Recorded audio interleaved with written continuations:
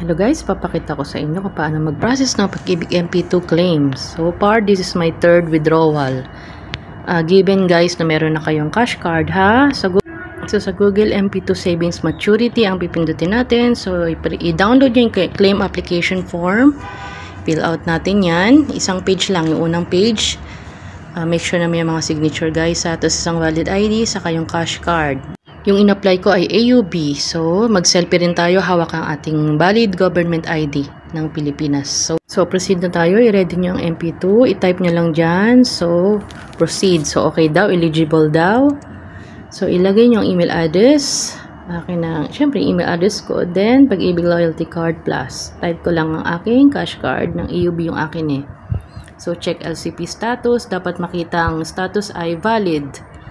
Okay, so may OTP kayo marireceive sa inyong registered cellphone number sa Pag-ibig. So, 4 na digit yon. I-enter nyo lang yan. So, i-upload natin guys ang APB, yung valid government ID, at saka yung selfie na hawak natin yung valid government ID natin. Kaya nga pala, kailangan nyo i-resize yung image ng APB up to 3 MB only. Meron akong separate tutorial na gagawin dyan. Kasi medyo complicated.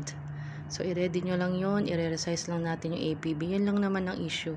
So, yan guys. Successfully submitted na. So, mag-antay ako ng notification sa SMS ko.